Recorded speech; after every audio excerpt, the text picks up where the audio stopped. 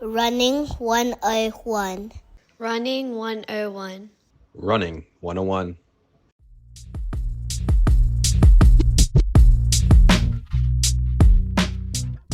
Hello and welcome to another episode of Running 101. So, a bit of an update. I'm sure everyone's finding the weather a little too warm these days. Just a reminder to keep up with the hydration, especially if you're in a training block. The reason I specifically mentioned a training block today is because I'm currently training for Berlin 2025. And to be honest, it's going quite steady. I'm not too far off from concluding on my third week. And to be honest, like we have previously covered, just about 2 months ago, actually, I ran the London Marathon. So the real question is, did the training block really ever stop for me? So that's one of those questions. Let's see if we can solve it further down the line. Having said that, I'd like to welcome today's guest. Today's guest started their running journey in 2023 with Couch to 5K to get started, to get going, to build their way up, and only to go for their first marathon in 2024. And I'm glad to say it was a London Marathon, something I can relate to, having just completed my first marathon earlier this year. Let's say hello to Sonny. Sonny, welcome to Running 101. Hey, Nads.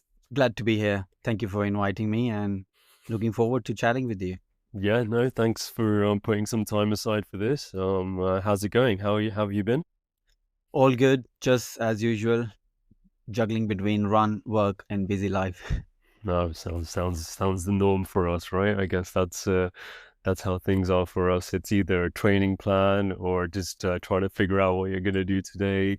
Absolutely, yeah. It's all about finding that time between school drop-offs and pickups. Yeah, regular challenges and stuff. So, yeah, Sonny, tell us, you ready to go? Good to get started? Absolutely. Cool. So tell us a bit about yourself. Right. So, hey, I'm Sunny. I'm professionally a training developer who creates digital learning experiences. So I create trainings for salespeople. And originally, I'm from India, and I've been living in London for now over 15 years.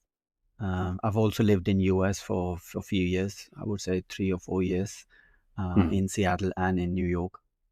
And Nice. apart from that, I'm a dad, I'm a husband, I'm a content creator. I'm someone who now loves running, but I was into this mindset that I can never run. So, I mean, that mindset has changed now, and I'm Of course. absolutely in love with running. So, and I document all my journey on my Instagram, as you probably know already. It's all out there. Nothing is, hidden. It starts from day one, when I started my running journey all the way to marathon. Everything is in there. Yeah, it's funny you mentioned about your content because to be honest, over the last maybe couple of months, when I came into contact with your profile to begin with, and I thought I'd take the courage to just drop you a line prior to the winter run that we had earlier this year in February and say, hey, if you're running it too, that'll be good to kind of meet up and just have a quick hello afterwards and stuff. Funny enough, obviously, as you know, how it works on like Instagram, for example, just because I messaged you doesn't mean that you've seen it or it's come through and stuff. Yeah, so I met you, was it post run? And then we were, yeah. It was very, very, interesting coincidence because no one has ever, spoke to me randomly through remembering my Instagram handle. And you came to me and you recognized me. That was even more, interesting because out of like thousands of people, I don't know how you saw me and how we met. And then you said, hey, are you the real Sunnyside? And I'm like, oh my God, this is first time someone is saying that. So yeah, it was Yeah, no, funny. it was good to bump into. Obviously, your content, we'll go into that a little further because it's quite creative, it's quite snappy, it's got quite a click to it as well, and it's something that I think runners as well as everyone else out there who's trying to look after themselves and get their journeys going. It's something that they can always relate to. I feel it's quite easy to understand, and it's quite humorous at the same time too. So well done on that, because hey, it definitely caught my attention. Thank you. So and keep it up. Ever since then, I haven't seen anything where I'm like, okay, I don't understand this one. Usually it's yeah, it's pretty decent stuff that you put out there. So yeah, keep it up. Yeah, no, So thank you. Absolutely, thank you so much. yeah, so we previously mentioned in the intro, Sonny, you started with Couch to 5K. So tell us a bit about that. I believe it was 2023, right? Yes, it was 2023. I got an email from London Marathon Events that I got the ballot Oh, place. so you And actually entered the ballot before you did Couch to 5K. yeah, because I'm a procrastinator, right? I want to do something, but I will keep pushing it, keep pushing it. And this pushing has been going on since pandemic. You will see on one side there are thousands of people who started running Mm. during pandemic, and I'm the Yeah, one. Here yeah. I am. I'm pushing.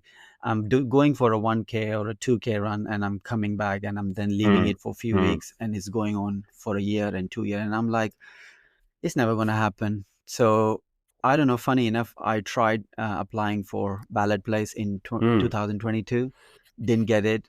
Again, one more year, I got it. Being lazy, I applied again next year, and this time I got my marathon ballot place, Wow. and now there's no escape. So you started running in 2020, like you said, right?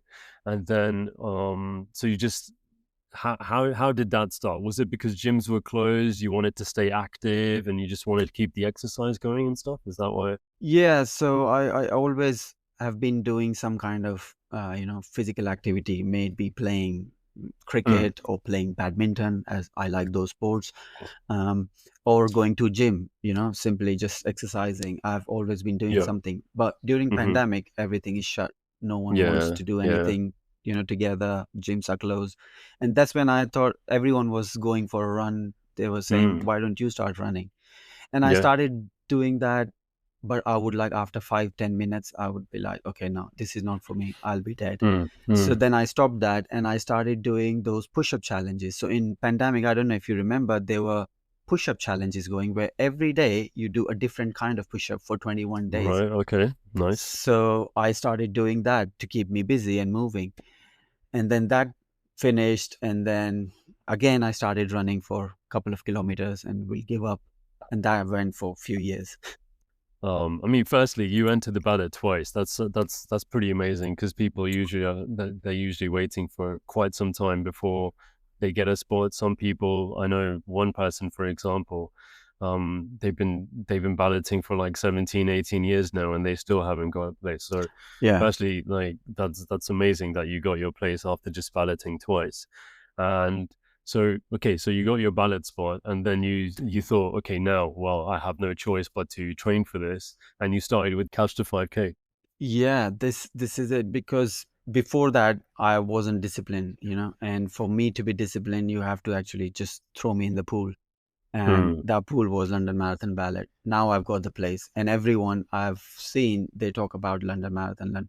I actually, you know what? Funny enough, I had no idea that marathon is 42.1 kilometer. I I just knew that marathon is a big event, a running event where Right, right. everyone runs, but I had no idea what is 5K, 10K, half marathon, or marathon for that matter.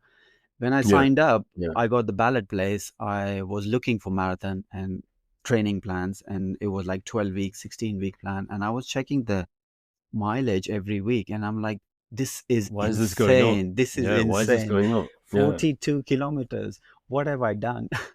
Mm. And yeah, that did give me some palpitations. But then I was like, look, Yeah. I've signed up. It's a big thing. Not many people get it. I know that Mm. because I have had friends in my work who always talk about I applied, didn't get it. I was like, no, I need to put a plan in place and just get going. And at that time, I knew running is common because everyone is running. And I felt kind of ashamed that I can't even run 5K. And I felt like, you know what? I need to at least do a 5K in order for me to even go to a coach or a run club or, a race to kind of say, hey, I can run 5K and now I'm training for a marathon. So that was the mindset I had before Mm. I even started training. So what I did is that I downloaded NHS Couch to 5K app, and I was Right. just going all by myself on the streets every day, run, walk, run, walk, run, walk. And by the end of September, I started my training. By the end of October, I was near the end of my Couch to 5K. So I was like, okay, this is the time I need to get a race booked in. Mm. And then I booked my first 5K race with Run Through Events, who Okay. does a lot of events around UK. Sure, they do, yeah. And that was my first 5K race. And I completed it in staggering 34 minutes. I got my first Amazing. medal. And you would be surprised. I was wearing a hydration vest for my 5K. I was putting gels in my pocket, and I had a water bottle in my hand. Oh man, you were ready for the worst of it, right? But Yeah, I was like, I well, need an ambulance standby. I mean, today you probably look back and think, oh my God, what was I thinking carrying gels and like all that? Because That was part, but I just look back and think that what was I thinking, that what would happen to me? It's just yeah, all in the head. You need to just true. go out and start running. Nothing will happen. Just start, take baby steps. You will be there. Mm. And by the time you realize 5K will be a warm up one day. Yeah, that's exactly what it is. Obviously, there's like you mentioned, there's you probably touch on this now. There's no embarrassment. There's nothing to be ashamed about, to be honest, regardless of when you're starting, how you're starting, what distances you can do and can't do. But you just need to take it slow and just let it roll, and eventually it starts falling into place. And each time you do that, you're building your body up. You're pushing it that much further to be able to tackle something further next time. You see what I mean? Like you can go for a further distance next time. And you need to just do that 1K at a time, I believe, rather than jumping from, I don't know, like just going for a 10K and then moving on to a half and then moving on to a marathon. Don't you agree? Yeah, absolutely. Like if you've signed up for marathon and you've never run marathon, this is your first marathon, don't be overwhelmed with the distance, 42 kilometers. You are not focusing on the total distance right now. If you're starting running, you only need to focus on your next milestone. And that's how I did it. I just set up my next milestone was 5K. From 5K, I'll try and go to 7K. Then I'll go to 10, 12, 15, 18, 21. And then, that's how you progress. And sometimes your plan, when I was following a structured marathon plan, it had like long runs of 12Ks, of 16Ks, and my body would just not accept it. I won't be able to complete that run. For example, if it's a 16K, I'll give up at 13K or 12K because it's just overwhelming for body. You discover new things, new injuries, new pains, new nibbles. So you don't have to be hard and on yourself. Just take it easy. If one Yeah, week didn't go well, try next week. It exactly. might That take a doesn't few mean weeks. that it's all over. Exactly. Exactly. That doesn't, yeah. So yeah, that's what I mean. And for me, this has happened in all the races, whether I signed up for a half marathon or a marathon. My training plan has never gone 100% as it was written. I've always adjusted it based on what works for me. Sometimes I don't have time. Maybe I'll push it to the next week. And that's how it is.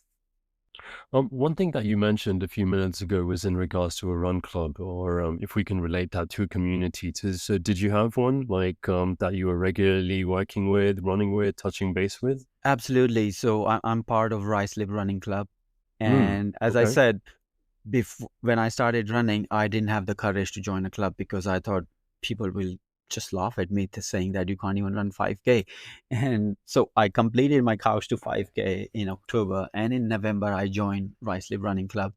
And when I joined the club, they said, "Hey, we have a couch to 5K plan." And I'm like, "What? You have couch to 5K? Why didn't I join?" Because then I could have run with other people who are exactly in the same place where I am. And again, just because you're feeling that, oh, you can't run and you can't go to run club, that's not the right way. I think no matter where you are at your running journey, you will always find people, like-minded people who are exactly where you are, and you can start. But that's just now, that's some advice that you would give other people. Suppose you bumped into someone who is starting today, someone who came to you for advice on how to start. It's good to know that based on your experience, you've learned that there are run clubs out there that have something as small as a 5K distance plan to offer. 100%, 100%. If you're new to running, especially brand new to running, for example, you've never run and you think running is not for you, I would highly recommend joining a run club because running initially requires a lot of support from peers, from community, from wider running community. Solo running is enjoyable after a very long time, in my opinion. Like, I never used to enjoy solo running when I started running. It was like a punishment, like go and just spend 30 minutes, 20 minutes by yourself on the streets. It's not fun at all. Even if you put music on, it's not fun at all. So, but when I joined the club, it changed my perspective because I was enjoying the running. I was enjoying going for long runs with my run club people. On Sunday, we used to do canal runs, and it's more enjoyable. You can chat, you can talk. Afterwards, you can grab a coffee or something. So, if you're starting running, I would highly recommend joining a run club. So, Sonny, we touched on it quite a few points that we usually try to cover. But the good thing is, having started with the Couch to 5K, going. How was your first marathon, by the way? How was that? Let's touch on that first. Yeah, so as you can imagine, coming from Couch to 5K, then going into my first 10K by December. So September, I started Couch to 5K, did my first 5K in November, did my first 10K in December, and then I did another 10K in February, London Winter Run. That was my first London Winter Run in 24. Then the training gets serious. After you do 10, 12K in your training plan, then the training gets, you have to do like more miles in a week. For example, you have to, starting from 20Ks a week, you're now doing 30, 40, or maybe 50Ks a week. And that, how long was your training plan for the marathon? so I did a 16-week training plan, but before that 16-week, I had another 8 weeks of Couch to 5K. Right. Okay. So I had, I would say, almost 7-8 months from September to April. We will come back to your marathon training plan. Just while we're talking about the plans as such, what I just wanted to mention is a training plan is something that you pick up. Now, Sonny's highlighted something key here, which is that you can even get one from the Ruislip club. He found out that running club. Sorry, he found out that there was even a plan for a 5K. Couch to 5K plan. So a plan is something that you pick up. It's broken down across a period of weeks, and that gives you a breakdown of how much mileage you need to cover, not on a daily basis, not every day, because it gives you rest days in there too, but also one thing that I've learned to factor into that is the strength training and the days where you're actually doing some conditioning to your body rather than doing the running out there. So these training plans are for 5Ks, 10Ks, half marathons, mostly used for half marathons and marathons, to be honest. That's from my experience anyway. And that's a very good point you said, Nats, strength training, because a lot of people who start running, they think, okay, I'm going to go 4 runs, 5 runs a week, and I'll be fine, because at the end it's just running. But I have learned this after a lot of injuries and going through a lot of pain, that you don't need to do 5 runs or 6 runs a week. As long as you're doing 3 runs a week minimum, and maybe 2 strength sessions for your lower body, you will be absolutely fine, and you will nail all your workouts and your running requirements. Let's go back to your marathon training plan though. Let's talk about that. So Yeah. you said you had 8 weeks for Couch to 5K, but after that you started your London Marathon. Was it 14 you said, or It was 14? 16 weeks. 16 weeks. 16 weeks. Okay. And honestly, again, I was doing some consultation with my Ruislip running club, and I also downloaded Runner app. So I was following that. It was my half marathon distance in March, just before a month before my London Marathon. And that half marathon was brutal, because before half marathon you kind of run similar distances weeks leading up to it. So before the half marathon, I was already doing 18Ks, 20Ks run. So I knew somewhere down the line that I will be able to do half marathon. But the thing is that during your trainings, what you're doing is you're going for a run, maybe with run clubs, and you are kind of taking a break after like 7-8 kilometers, having a gel, maybe a water sip, and then carry on. And it's surprising. I thought when I do my first half marathon, I'll have to stop, I don't know, God knows how many times. And I remember when I did my race, I was so excited because I'm going for half marathon. Like in my Mm. life, I'd never imagined I'll do a half marathon, let alone marathon. Mm-hmm. I was so excited in that half marathon. I probably stopped maybe once for the water bottle, for the water. Everything else I did while running. I was just Yeah. having my gel during the run. I was drinking my water during the run. I just stopped once or twice maybe. And I was just, I don't know, I was just feeling like I'm flying for some reason. Right. Nice. It's the atmosphere. And I want to highlight that because when you're running by yourself or run clubs, it's good. But when you are running a race, it's a different environment altogether. And I highly recommend if you're planning an event, planning on running an event, for example, marathon, half marathon, do a few races. It will give you the idea of what time to wake up, how to pack your things, what to pack in your bag, what time to reach. That morning hustle where Mm. you don't know what to do and you still have to go and run. So all of Yeah. those factors, you kind of like, it's like a trial. You Yeah, try out and it, everything. and it all plays a part on your day too. To be honest, we don't think about it too much, but when you're getting ready, getting your things there, the logistics about getting to the event to begin with, all that plays a part on how your run's going to be that day. Exactly. Um, Because it can set the mood. yeah, you might have done good training, but on the day you didn't know how to, keep yourself calm Mm, because you have to wake up at a certain time. You have to get ready, get your mm, breakfast in. You don't know what to eat. Maybe you eat something that didn't go well. Did you practice that during your training? Those things do matter because what you eat on the day and leading up to the marathon plays a very important role. Whether you are keeping yourself hydrated throughout the week. It's not just on the day you're drinking, chugging a liter of water, but leading up to that, if you're keeping yourself hydrated, you're keeping your diet on point, then your race day will become easier. You pack your bag the night before, you plan your journey the night before, so that morning less hassle. You know what time you have to wake up and what time you have to leave. Those things do, and all those tips I got from my running club. So they told me that try as many races as you can before your marathon because on marathon day you will have no idea where you are going and how in what direction because people will be screaming left right center your name. They said print your name big bold letters on your chest because you will have hundreds of people screaming your name. And I thought, nah, it's not possible, you're just kidding me. And let me tell you, 21st April 2024, the number of people screamed my name, it was just emotional. It was powerful, electric, beyond imagination, that experience. it sounds like your first experience at the marathon went really well for you.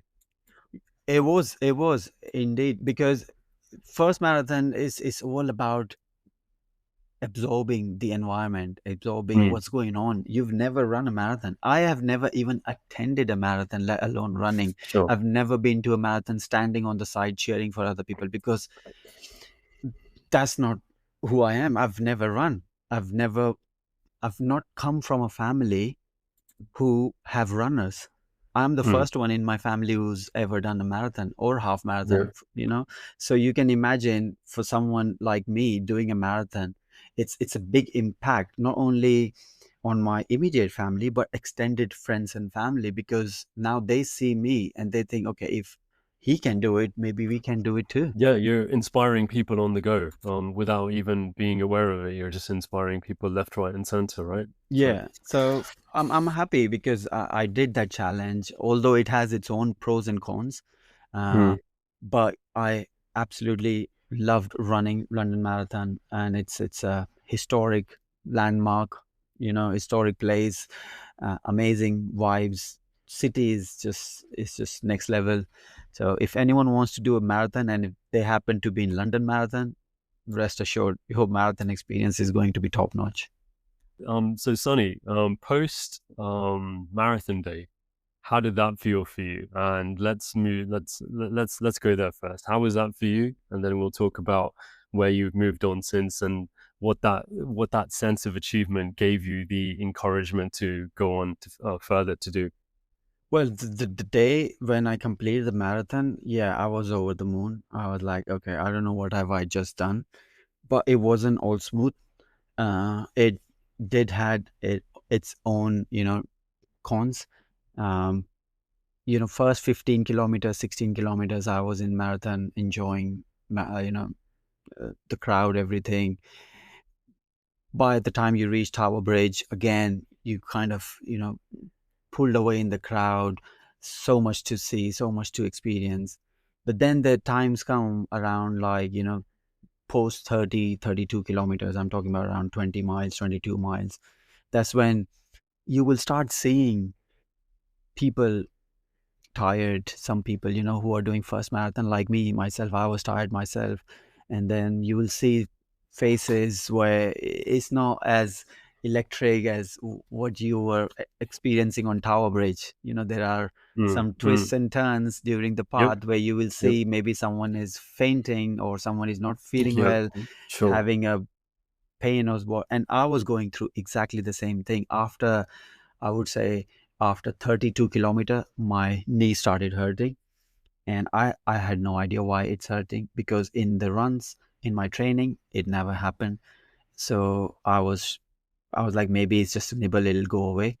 I carried on till 36 kilometer, and after that, my knee just kept irritating me, and to the extent that I had to limp now. I was not able to run with a proper form.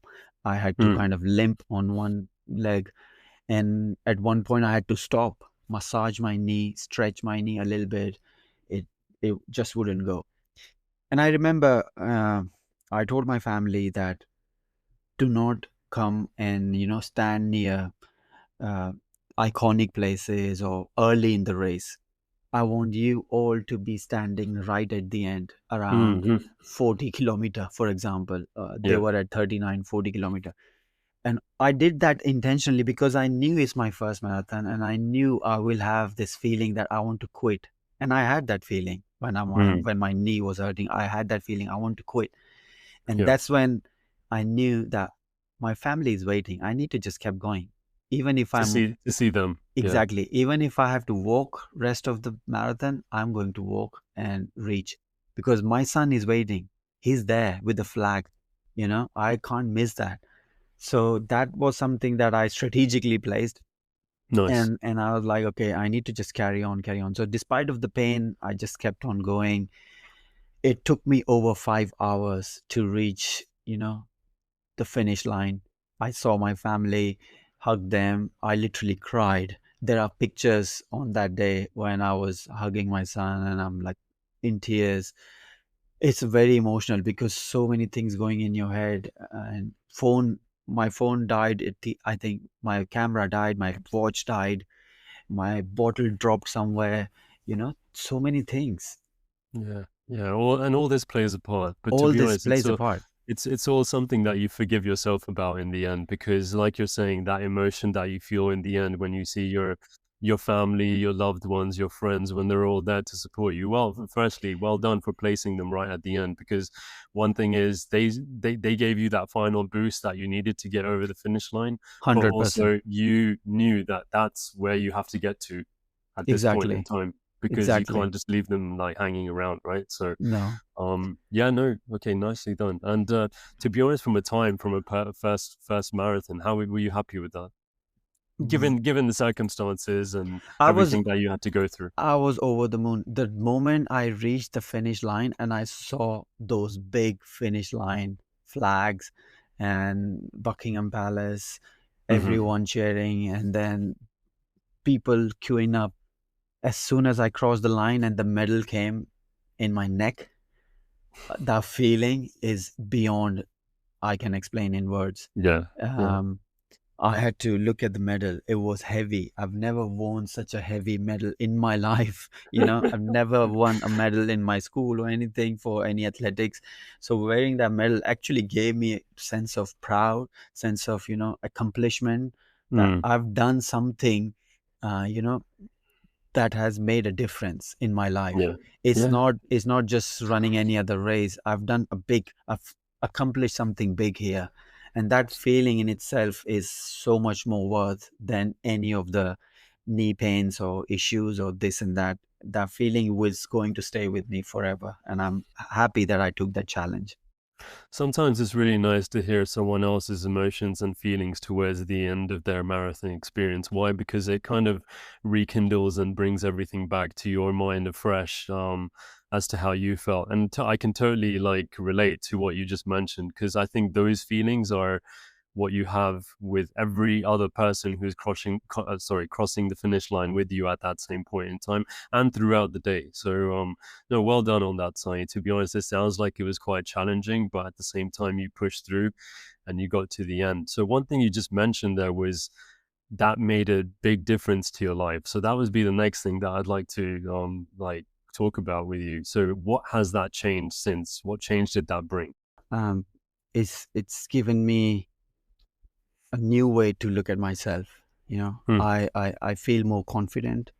I think it has improved my not only physical health but mental health as well. And it has opened up a whole world of community, like-minded Mm. people, friends, social discipline, self-belief. I can talk about it. There's so many positive things about running that one podcast won't be enough. So Don't worry. We'll bring you back. We'll bring you back again. yeah, and I think honestly, before all this happened, I used to think runners were born. You either born runner, you just run. It's in you. It's how you are. But I've learned that it's not true. Anyone can run. You just have to have that will to run, and no matter what the distance is, if you start running, it will become a lifestyle.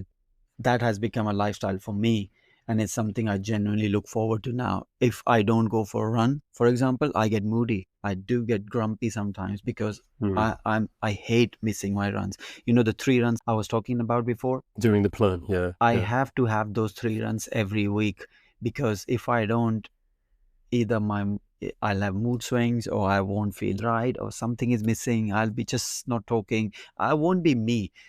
Yeah. No, I think that's an important dynamic that you brought into your day to day, and that's part of your business as usual way of operating now, I believe too. One thing that when we were just catching up was good to see is that, to be honest, you kind of ticked off a very big box by doing the marathon quite early on, and then ever since then you followed through with like going to like Royal Parks, and then you've kept up with your 10K, such as the winter 10K that we met earlier this year. Vitality London, you've done that previously too, but not just that, you also continue on with your 5K events as well, right? Yeah, I kind of test the waters every now and then to see if I'm Yeah. improving my 5K times or not. So Yeah, yeah, I I keep mean, signing up. to be honest, quite a lot of people they do the park runs every Saturday. So is that something that you keep yourself occupied with and busy too? No, because the thing is that my weekend has one long run, and my long Right. run Okay. usually fall on Sunday. I probably have done 1 or 2 park runs in my whole life. So I would love to do more park runs, but I think I'm going to kind of see if my son starts liking running. Maybe I'll start taking him, and with him, I can do Saturday park runs. But yeah, right now we just go and play. Hmm. No, that's important too. Obviously, you have to split your time up according to your not just your plan, your training, but also other commitments that we all have out there too, such as family as well, which is a very important part, and that keeps you going. That's part of the discipline that you mentioned, right? Absolutely, and just because we are talking about family, I would say I would kind of bring this point right now because this is a perfect time. I grew up in a family where there were absolutely no runners, and I mentioned that before. No Mm. one around me ran. All I saw growing up was people just going to gym and building muscles. That's it. No one actually, cared about running or going for athletics or something, those kind of things where you are practicing long jumps, high jumps, running faster, 100-meter sprints. Nothing. I've never saw people growing up. So that's why I have that thing in me that now I'm that person who's normalizing this, this idea of that running is normal. Mm. You can do it. You don't have to Yep. be Yep. fast. You don't have to be elite. You don't have to be born with this gift. this is just normal. Like you get up and do your morning ritual. Running is one of your morning ritual. You just go out for a run. I want to normalize. I want my son to see that this thing is absolutely normal. I don't want him to grow up like me, thinking running is not for me and it's for other people. So that's a very important part that keeps me going again as well. Yeah. So Sonny, let's move on to something that keeps you occupied now. I mean, I know you started with running, you still are running, you're keeping that going. You feel that's totally changed your way of life in the best ways, which is great to hear. But you've started, not, I won't say take an interest, but you've recently, over the last couple of months, also been involved in high rocks as well, right? Yes, I did my first solo high rocks in May. How did that go? Tell us a bit about that. Oh, that was again another brutal thing I did to myself. Uh, so, again, thanks to running, because I've been running consistently. I've been doing my runs and strength training. As I mentioned, I do 3 runs a week and 2 strength training. So someone recommended me out of blue in one of the races. Like I met you, I met another runner, and they mentioned to me about this competition, High Rocks. He's like, you are a very good runner. Why don't you try High Rocks? I'm like, okay. Again, having absolutely no idea, me being me, signing up for High Rocks and getting a place into a solo High Rocks, the guts. Uh, I had no idea. But then I looked at the High Rocks, what it is. The person who met me at the race, he said, it's 50% running and 50% strength. I was like, okay, 50% running, that means that's done. 50% I can do running. And it's only 8 kilometers, Yeah. That's not, it's fine. 8 kilometers now, it's fine. And that too in a laps. So you have to do 1 kilometer laps. That means you do 1 kilometer run, then 1 strength exercise. Like how Right. difficult Okay, so it's split up. yeah. So how difficult can that be? Mm. 1 kilometer run, then you take a break, you do exercise, then another 1 kilometer. It sounded fairly, easy, not too challenging. So I Mm. signed up and then I started training. Again, during the training, I realized what I did. And the strength training we are talking about in High Rocks is not a normal strength training. It's not like normal star jumps or burpees.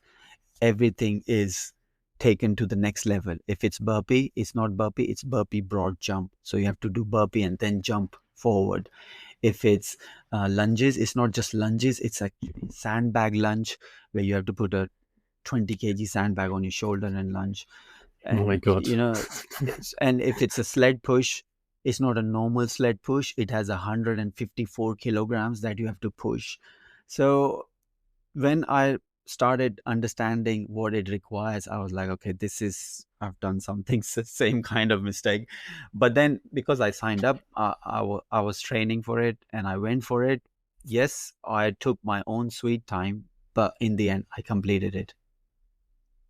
No, and when was that?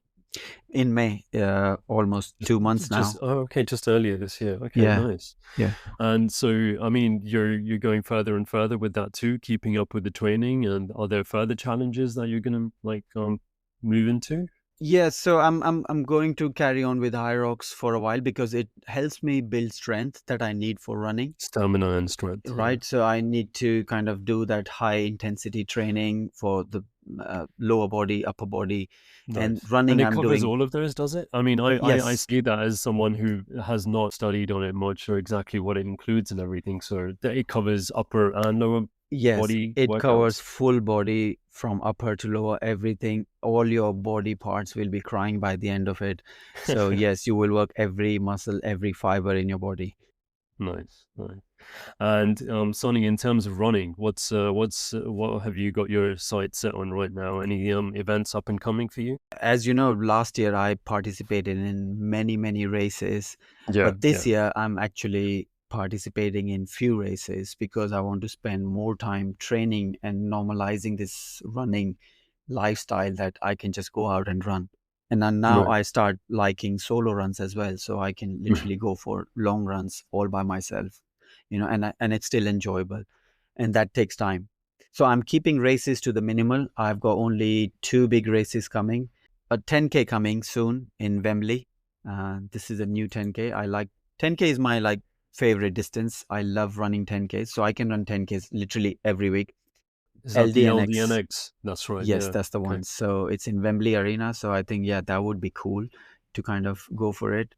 And Yeah, that's a then, new one that's coming to London in August for Essex, isn't it? yes, so that's the one. And then after that, I have Big Half coming in September. Again, I didn't do last year because I did Royal Parks last year. So I thought this time I'll do Big Half. It's on 7th September. So right now I'm actually in the middle of training. Um, uh, so I'm really looking forward to that. And I'm trying if I can, do a better time than last time. And then I'm doing one charity run, same month in September. It's called Run the River by Okay. Teach First. Right. So that's again a good charity. They are volunteer teachers for underprivileged children. People Oh, can very go and nice. teach children, and it's amazing charity. And Excellent. my company supports them. And last year I volunteered through my company. This year my company is not volunteering with them. But guess what? Last year, Teach First, I made a reel and they really loved my reel. So they invited Nice. me this year to run with them. So I'm like, Right. it'll be Nice. absolutely my pleasure. Even if you wouldn't have invited, I would have found one or the other reason to participate. But they're very kind enough to offer me a place. So I'll be definitely doing that. Let me just say something. I'm not surprised that they liked your content because, to be honest, I think it's a very attractive way of touching base with you and your interests so far. I mean, across hierarchs, across your running, it jumped out to me. It made me reach out to you to begin with. So content, I'll give you a full thumbs up on that. 10 out of 10 on your creativity and your ideas to put that together. I'm sure it gives a lot of other people the encouragement to go on and do it too. Where did that all start for you? Yeah, again, that just started as a way for me to document my journey and look back where I started. Majority of my running content relates to races, the experience of races, the atmosphere, so that people can, get motivated, encouraged. And sometimes I show the struggles of it as well, which is what I'm showing in High Rocks. It's all about the struggles because I think that people relate as well. Not everything is hunky dory. You have to have some kind of ups and downs in your journey. So sharing your downs as well kind of is Of course, that's part of the journey. Of course it part of is. the journey. You can't have all those ups and all those successes and achievements without shedding light on the injuries you come across, the obstacles that you have to overcome in order to reach those achievements at the end of the day. Um, Sonny, also one thing that you're still working quite closely with the Ruislip Run Club too. Still keeping that journey going as well with them. Yeah, I'm still very much part. And in fact, the big half that I'm doing is with them. So I'll be doing with my running club. There'll be few more people running with me. So yeah, that'll be nice. Cool. Well, to be honest, you've got a few things lined up, and it would be good to touch base with you again at some point. Beyond the Run the River event you mentioned, and the big half as well for this year. Also, in regards to your content, I'll definitely be tagging the your tag there so that everyone else can enjoy and check out the stuff that you come out with quite regularly, actually. So yeah, we'll definitely be doing that. Absolutely. Yeah. So Sonny, once again, just wanted to say thank you for your time. It was a good discussion to have. Thank you for inviting me. First of all, a big pat on your back for starting this because it takes a lot of courage. I know when I started my Instagram, it's not easy to start something and start putting yourself out there. So you are doing something which many people think, and it's not easy. It may feel like it's easy, but I think it's very courageous. So keep up the good work. No, I appreciate that, Sonny. I mean, to be honest, it's just about giving the encouragement and the inspiration needed to many. We all have our own journeys, and the best thing we can do is share that, right? I mean, 100%.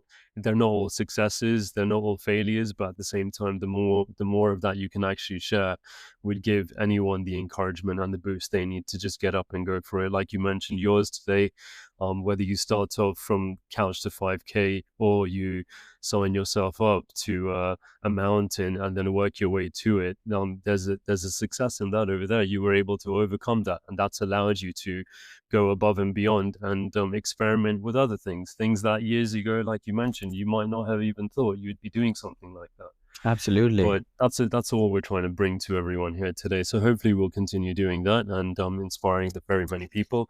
And for that, we'd like to have you back, Sonny, to discuss things in future. It will totally be my pleasure. Absolutely. Appreciate that. Thank you. So look after yourself and all the best for the future. And we appreciate your time once again. Thanks. Yep. Thank you. Thank you all for joining us for another episode. Hopefully you're finding our discussions interesting, and do continue to follow, like, share your comments, give us some feedback. We've got a lineup, so looking forward to it. I hope you are too. Look after yourselves, and we'll touch base soon again on another episode of Running 101. Take care, everyone.